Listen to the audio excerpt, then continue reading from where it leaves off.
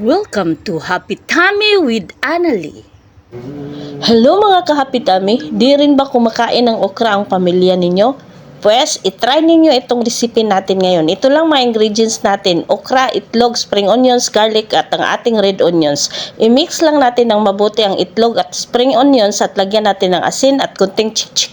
Tapos hiwain natin ng ganyan kaliit ang ating mga okra mga kahapitami. Sobrang dali lang ng resipeng to mga kahapitami. Kaya itry nyo na. So, yung itlog natin mga kahapitami, asin lang at konting chik ang nilagay natin mga kahapitami. So, una natin gawin, gisahin natin yung okra natin mga kahapitami ha. Kumusta pala kayong lahat dyan mga kahapitami? So, ang resipeng to ay super easy, low budget at super healthy pa kasi okra at itlog yung paghaluin natin. Diba? So, pag mainit na yung oil natin, i-add na natin yung ating mga red onions at ang ating garlic, mga kapitami.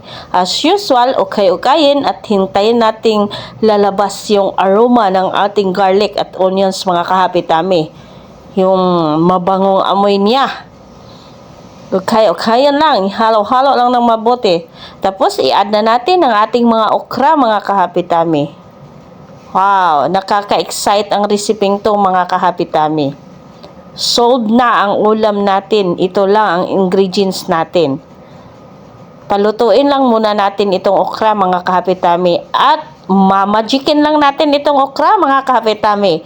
Wala tayong ibang i-add na pampalasa nito, kundi yung magic lang natin. Budburan lang natin ng magic. Heto na mga kahapitami. Oh. You know, binudburan ko na ng magic ang ating okra mga kapitami at ihalo ng mabuti.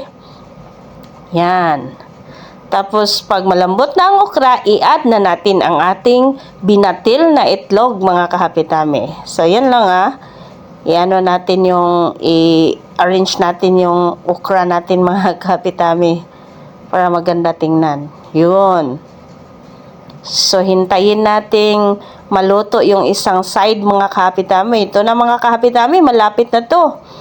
Tapos kung luto ng isang side, baliktarin natin. O, see, nabaliktad natin yung natin, okra at itlog. Parang pizza lang din mga kahapitami.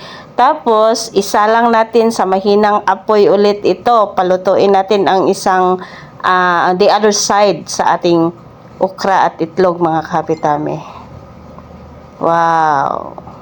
Wow, wow naman. After few minutes, ito na ang ating okra with itlog mga kahapitami. Wow, ang sarap nito. Heto na mga kahapitami, i-slice na natin ang ating okra with itlog mga kahapitami.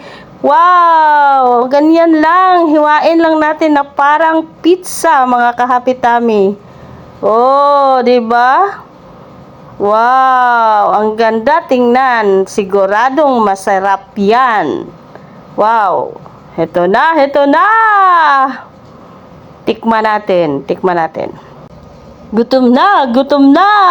Thank you for watching. Ang sarap mga kahapitami.